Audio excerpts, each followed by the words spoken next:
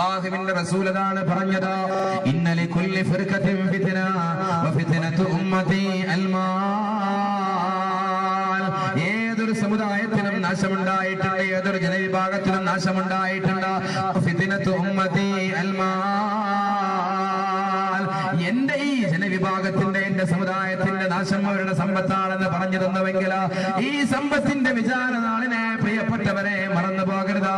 അല്ലാഹു പറയുന്നു, ഇന്ന ഇലൈനാ ഇയാബഹും സുമ്മ ഇന്ന അലൈനാ ഹിസാബഹും. പിന്നെ അവരുടെ മടക്കം നമ്മിലേക്കാണ്, അവരെ വിചാരണ ചെയ്യുന്നതും നാം തന്നെയാണ്. പടച്ച റബ്ബിന്റെ വിചാരണക്ക് മുമ്പിൽ പകച്ചു നിന്നു പോകുന്ന സാഹചര്യം ഉണ്ടാകരുത്.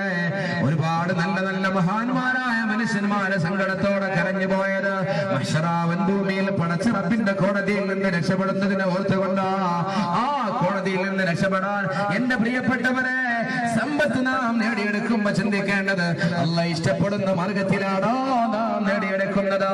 ഏതെങ്കിലും ആളോട് എന്തെങ്കിലും പറഞ്ഞ് കള്ളം പറഞ്ഞിട്ട് വഞ്ചനയുടെ മാർഗത്തിൽ സമ്പത്ത് ശേഖരിക്കാനോ, അതല്ലെങ്കിൽ മോഷണം നടത്തിയിട്ട് ശേഖരിക്കുവാനോ, അതല്ലെങ്കിൽ കവർച്ച നടത്തിയിട്ട് ശേഖരിക്കുവാനോ, തട്ടിപ്പറിച്ചിട്ട് ശേഖരിക്കുവാനോ ആരെങ്കിലും മുന്നോട്ട് വന്നാൽ പ്രിയപ്പെട്ടവരെ രക്ഷപ്പെടൂല.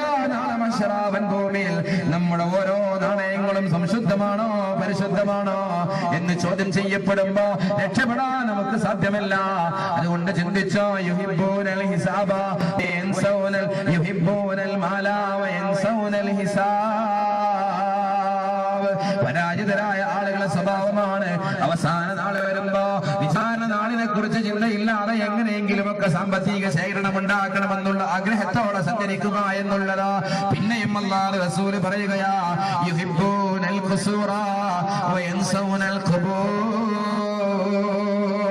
വലിയ വലിയ മാളികകൾ ഉണ്ടാക്കണം, യഥാർത്ഥ വീടായ ഖബറിനെ അവരെ മറന്നു കളയുകയാ. ഇതല്ലേ പ്രിയപ്പെട്ടവരെ നമ്മുടെയും ചിന്തയുള്ളത്? ജീവിതത്തിൽ വലിയ ആനന്ദം വേണം, ആഹ്ലാദം വേണമെന്ന് ചിന്തിച്ചുകൊണ്ട് ഭൗതികതയുടെ പളപളപ്പിലൂടെ സഞ്ചരിക്കുകയാണ്, ഭൗതികതയുടെ ആനന്ദത്തിന് വേണ്ടി മാത്രം ജീവിക്കുകയാണ്. വലിയ കൊട്ടാരങ്ങൾ ഉണ്ടാക്കണമെന്ന് ആഗ്രഹിച്ചുകൊണ്ട് സഞ്ചരിക്കുന്നവർ ഖബറെന്ന് കേട്ടാൽ തൽക്ഷണം ഞെട്ടേണ്ടതാ. കണ്ടാലുടൻ വാ വിട്ട് നീ കരയേണ്ടതാ. മെടക്ക് പകരം മാളമാ സുബ്ഹാന റബ്ബി അതിൽ കിടക്കേണ്ടതാ സമാന. സയ്യിദുൽ ഉസ്മാൻ ഖബർ കണ്ടാൽ പിന്നെ ഒഴുകുന്നതായിരു കണ്ണുകൾ ക്ഷണം തന്നെ.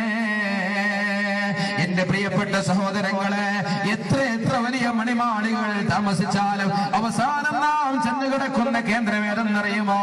അതാണ് ഖബറെന്ന് പറയുന്നത്. മഹാനായ ഉസ്മാൻ ഇബ്നു അഫ്ഫാൻ ഖബറിന്റെ അരികിലൂടെ നടന്നു പോകുമ്പോ അറിയാതെ കരയുമായിരുന്നു. ആരാ സയ്യിദുനാ ഉസ്മാൻ തങ്ങൾ എന്നറിയുമോ? അല്ലാഹുവിന്റെ റസൂലിന്റെ രണ്ട് പെൺമക്കളെ വിവാഹം ചെയ്ത് ദുന്നൂറൈൻ എന്ന അപരനാമത്തിൽ അറിയപ്പെട്ട ലോകത്തിന്റെ വെളിച്ചമായ പ്രവാചകന്റെ രണ്ട് പെൺമക്കളെ വിവാഹം ചെയ്തപ്പോ രണ്ട് പ്രകാശങ്ങൾ ആവാഹിച്ചെടുക്കാൻ സാധിച്ച മഹാനവറുകള് ഇസ്ലാമിക സാമ്രാജ്യത്വത്തിന്റെ മൂന്നാമത് അധിപനായിരുന്നു. 12 വർഷക്കാലം ഇസ്ലാമിക ഭരണം നടത്തിയ, സ്വർഗമുണ്ടെന്ന് പരിശുദ്ധ റസൂൽ ഉറപ്പ് നൽകിയ മഹാനായ ഉസ്മാൻ ഇബ്നു അഫ്ഫാൻ തങ്ങള് ഖബറിന്റെ അരികിലൂടെ നടന്നു പോകുമ്പോ ഒരു കൊച്ചുകുട്ടിയെ പോലെ തേങ്ങി തേങ്ങി കരയുമായിരുന്നു. കൂടെയുള്ളവർ ചോദിച്ചിരുന്നു, ഉസ്മാൻ എന്തിനാ കരയുന്നത്, വേദനിക്കുന്നത്? ഉസ്മാൻ തങ്ങൾ പറയുമായിരുന്നു, എന്റെ പ്രിയപ്പെട്ട സഹോദരങ്ങളെ, ഖബറെന്ന് പറയുന്നത് ആദ്യത്തെ സ്റ്റേഷനാണ്.